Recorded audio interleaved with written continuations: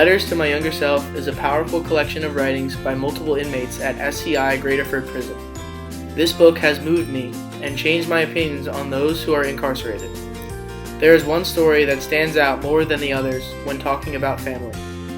While incarcerated, a group of 18 men at SCI Graterford Prison attended group sessions where they just talk about different subjects and try to open up to the others. One day, their facilitator asked, "What would your school-age children say when asked by the teacher what their father's occupation was?" The room was quiet, and it appeared that each inmate was waiting to see who was going to answer first. If we really loved our children as much as we claimed, then what were we doing in prison? How must it have felt to be a father in the room during those seconds after the question was asked? The guilt in the room was most likely overpowering. Fathers that are serving time in prison are missing out on their children's lives. They don't get to watch them grow up, be there for them when they need them, or teach them the things only a father can. It is truly tragic. These men have made choices in their lives that almost cause them to be failures as fathers, and they know they can't do anything to change it. Are inmates really free once they are out of prison? Sure, they can walk among civilians and go and be with their families again, but do they have the same privileges as everyone else? After someone is out of prison, they are almost socially crippled. It will be almost impossible for them to find work.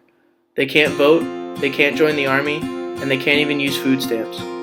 What is left for them to do to provide for their families other than going back to a life of crime? If I had no job, a criminal record, and my family was starving, I would do anything I could to provide for them, no matter the cost. Anyone would do all that they can for their family. Family comes first. It is almost like our judicial system is set up to bring prisoners right back after they are set free. Those incarcerated will always have the weight of being a felon on their shoulders, no matter how serious or insignificant their crime was. Juvenile prison also leaves a permanent scar on those who serve even a short period of time there. While they serve their time, the other children harass them, and when they leave, their old friends ignore them. During my research, I came across an interesting book titled Kids for Cash by William Eckenbarger. This book told a few short stories of true accounts where children went through very traumatic experiences because of their sentence to juvenile prison. One in particular tells the story of how a boy, 13 years old, named Matthew, that was accused by his mother of assault charges on his mother's 220-pound boyfriend.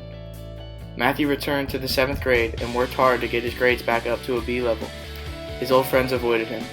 Their mothers didn't want their sons hanging out with a juvenile delinquent, he recalled bitterly. It must have felt like he had a brand on his forehead that read, "Convicted Felon." He only remained in PA childcare for 7 weeks before getting out, but it clearly had long-term effects on him. But he is unable to take that first step towards higher education.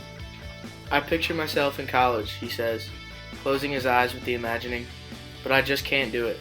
There is a lost look about him, as though he had been permanently scarred.